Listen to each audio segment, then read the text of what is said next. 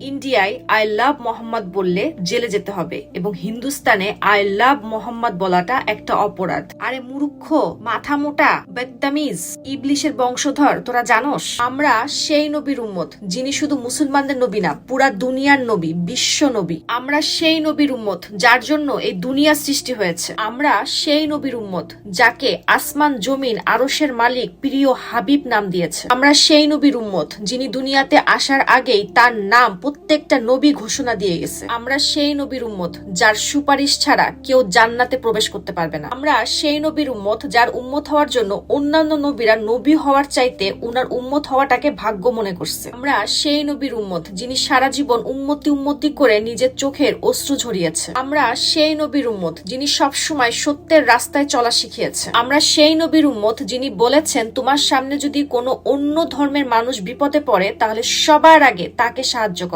আমরা নবীর উম্মতরা শুধু জেলখানায় নয়, যদি জানের বিনিময়ে নবীকে ভালোবাসার একটা সার্টিফিকেট এই দুনিয়াতে পাই তাহলে আমরা সেটাকে ভাগ্য মনে করি। আই লাভ মোহাম্মদ একটাই কমেন্ট দেখতে চাই, আই লাভ মোহাম্মদ হ্যাশট্যাগ বেশি বেশি করে ইউজ করে ট্রেন্ডিং এ নিয়ে যান, যাতে আমাদের নবীজির নামে পুরা হিন্দুস্তানের জমিন কেঁপে ওঠে। Orange roots.